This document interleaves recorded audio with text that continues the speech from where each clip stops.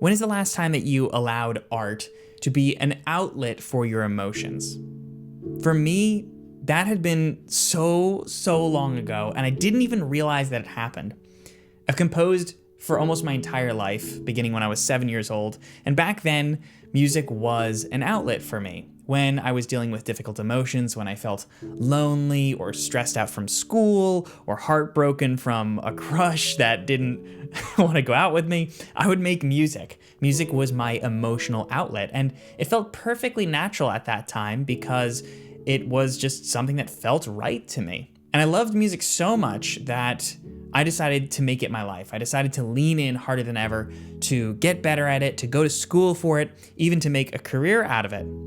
And slowly but surely, what started to happen, and I never really noticed it until only just a couple years ago, was I began to make music not for myself, not for emotional expression, but for validation, to prove that what I was doing was good enough. What I was as a human being, what I had to say was good enough. What I made as a composer was good enough for other composers. The money I made was good enough to validate that I was a real composer. The thing is, it took all the way up until I was making money full time from my compositions for me to realize that it was never really about that at all. And the big reason why I stopped teaching tutorials on this channel and why I stopped helping people grow their careers with tactical business advice is because I realized that simple truth.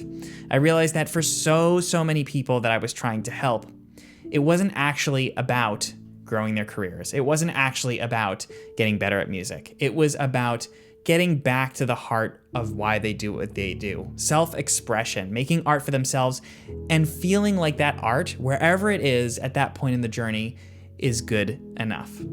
Because the thing is, it really doesn't matter how good your art is. It doesn't matter if you are at John Williams' level, and it doesn't matter if you're as prolific and successful as Hans Zimmer. No.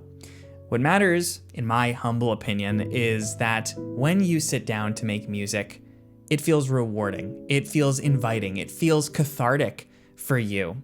Because ultimately, that's why so many of us are drawn to do it. But the key of this video, and the reason why I'm bringing all this up, is if you've seen a shift on the channel, if you've seen I haven't made tutorials or I haven't taught career advice, this is the reason why. Because ultimately, it's all in service of something deeper, and I'm much more interested now in helping composers get to that deeper heart of what's important to them and use those skills, tutorials, or career tips or hacks or whatever, using those things that already exist online for free, pointing them in that direction, saying, hey, this is for you, you should check this out. That's what I'm interested in doing. I want to be a beacon to help people get back to the heart of why they do what they do.